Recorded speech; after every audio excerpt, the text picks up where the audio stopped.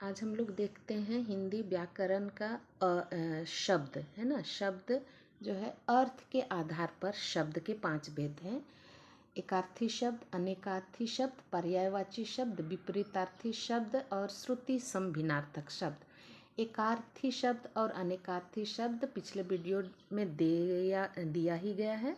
आज हम लोग देखेंगे श्रुति समभिन्नार्थक शब्द। श्रुति मीन्स सुनना है ना। समरूपी भिन्नार्थक शब्द मतलब एक ही सुनाई पड़ता है लेकिन उसका अलग अलग अर्थ होता है। ठीक है, जैसे यहाँ परिभाषा भी है, वे शब्द जिनका उच्चारण या प्रोनाउंसिएशन लगभग समान हो परंतु अर्थ अलग अलग होते हैं। ठीक है ना, जैसे देखते हैं अनल। अनल का अर्थ होता है अग्नि। उसी तरह सुनाई देने वाला अनिल है। अनिल का मतलब लेकिन होता है हवा। उसी तरह अन्न का अर्थ होता है अनाज। अन्न की सुनाई देने जैसे ही अन्य है उसका अर्थ होता है लेकिन दूसरा। उसी तरह अपेक्षा। अपेक्षा का अर्थ होता है तुलना। अपेक्षा जैसे सुनाई देने वाला उपेक्षा, उसका अर्थ होता है अवहेलना करना या लापरवाही। उसी तरह अली। अली मीन्स होता है भौरा, जैसे फूल उल में जो भौरा बैठता है ना वो भौरा। और आली मतलब होता है सखी, दोस्त, सखी, है ना। उसी तरह आकार। आकार का अर्थ होता है रूप। आकर का मतलब होता है आने के बाद। ठीक है ना। आदि का अर्थ होता है शुरू या इत्यादि। उसी तरह लेकिन आदि लंबा टान होता है ना, दीर्घ, उसका अर्थ होता है अभ्यस्त। ठीक है। और उसी तरह है गृह। गृह का अर्थ होता है घर। गृह के जैसे सुनाई देने वाला ग्रह मतलब होता है नक्षत्र।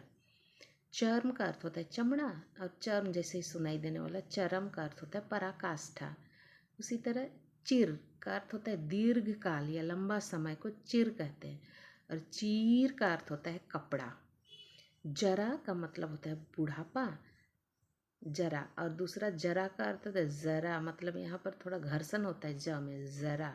जरा मीन्स होता है थोड़ा सा। उसी तरह जलज का मतलब होता है कमल। और जलज जैसे सुनाई देता है जलद मीन्स होता है बादल। ठीक है। देखते हैं उपयुक्त। उपयुक्त का मतलब होता है ठीक ठाक, ठीक है ना। लेकिन उपरयुक्त मतलब होता है ऊपर कहा गया, शब्द के लिए उपरयुक्त कहते हैं ना। ऊपर लिखा गया सब कहते हैं ना, उसको उपरयुक्त। ऊपर जो रहता है उसके बारे में कुछ कहा जाए तो उपरयुक्त कहते हैं। और उपयुक्त मीन्स होता है ठीक। और का अर्थ होता है तरफ। और का अर्थ होता है दूसरा। कंकाल का अर्थ होता है हड्डियों का ढांचा। और कंगाल का मतलब होता है गरीब। जैसे कपट मतलब छल। कपट की तरह कपाट मीन्स होता है किवाड़। ठीक है ना। कपाट मीन्स होता है किवाड़ या सिर का जो फोरहेड होता है, कपाट है ना, कपाल, उसको भी कपाट बोलते हैं, कपाल को भी। उसी तरह कुल का अर्थ होता है वंश या समस्त। और कुल का अर्थ होता है किनारा। कृपण का अर्थ होता है कंजूस। कृपाण का अर्थ होता है तलवार। ठीक है। उसी तरह कोश का अर्थ होता है खजाना। कोश का मतलब होता है शब्द भंडार। ठीक है। उसी तरह जो है तप का अर्थ होता है तपस्या।